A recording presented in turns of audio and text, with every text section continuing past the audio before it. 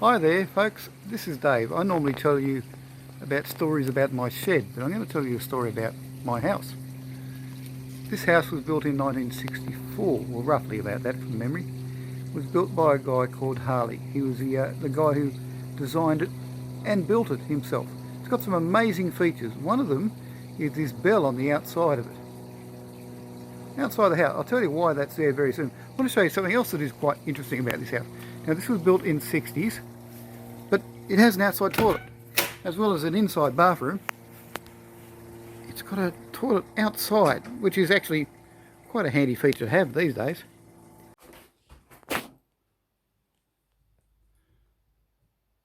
One of the unique features of this house, and you'll probably hear the echo in the hallway, is it has very high ceilings.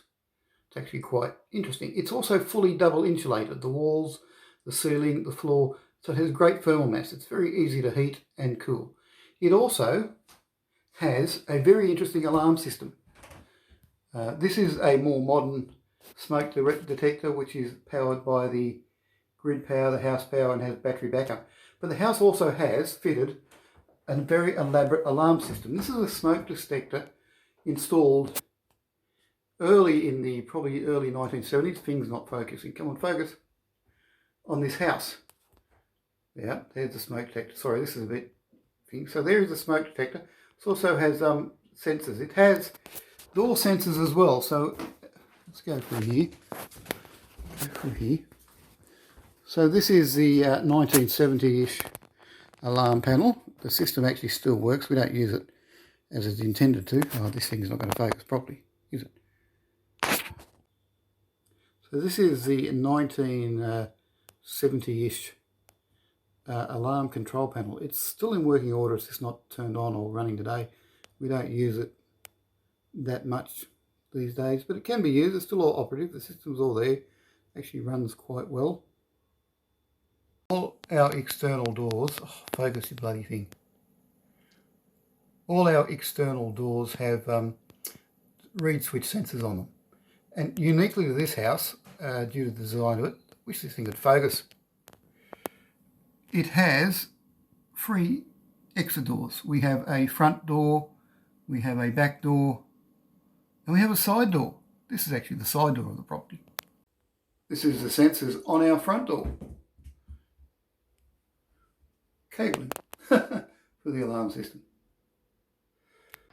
So here is our outdoor Wake the Dead siren and the obliging blue light on the outside of the property, so if emergency services are coming past they can see the alarms being triggered.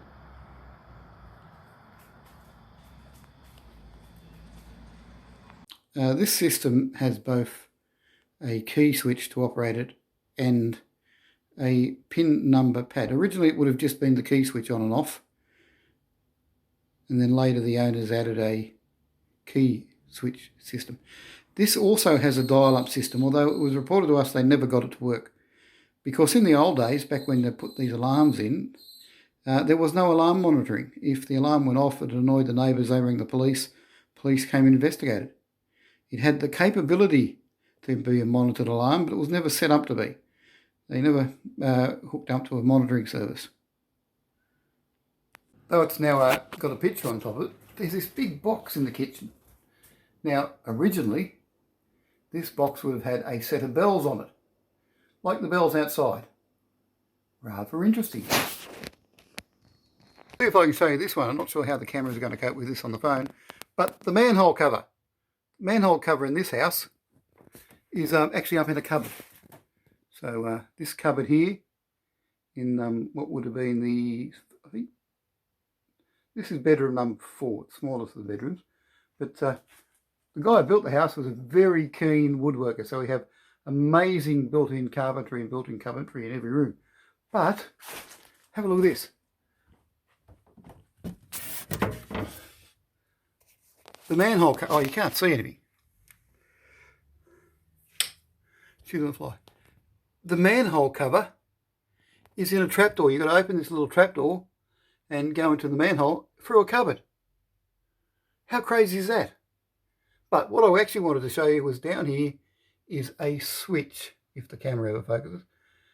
This switch was to change over from the internal bell and the external bell when it rang. Why did this house need bells like this? Well, I'm going to tell you in the final part of the story. Hang on. Meet me in the inside toilet. Another unique feature of this place, and pardon the echo because I'm now in the smallest room in the house, although it does have great review, I'm in Dave's inside toilet. It's an old 1960s three-way bathroom. But on the back of the toilet door there is a fire evacuation plan. This was left here by the previous owner. It's a great thing to have, but there's a good reason why it's here. It's because Harley, who built this house, was a member of the fire brigade, local town fire brigade for many years. So there was a bell system set up, so if there was a fire alarm, it would ring a bell code. Yep, depending on whether Harley was in the house or out in the shed, because the shed is quite massive. You've seen my shed. Harley built all that shed himself. So often he was pottering around in his shed. So he had the bells outside so that he could hear them. And also if the bells went off inside, there was bells inside. And then he had his changeover switch. You wouldn't want the bells going off and waking up the neighbourhood, but you would want to wake Harley up. So anyway, that's a bit of a story of the house. Something a little bit different. See if we can get some traffic to the page doing this. Catch you later. See you in the shed later. Did you, as a kid, ever want to wish in one of those houses like on the TV that had interesting hidden passages and places in them? They really only existed in TV. Well, no. This house has some interesting little hidden features and passages.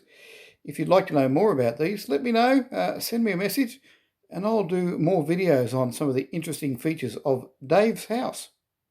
And just before I go, we've also got cupboards in our kitchen that aren't actually cupboards. They look like cupboards. They've got hinges, but they're also screwed closed.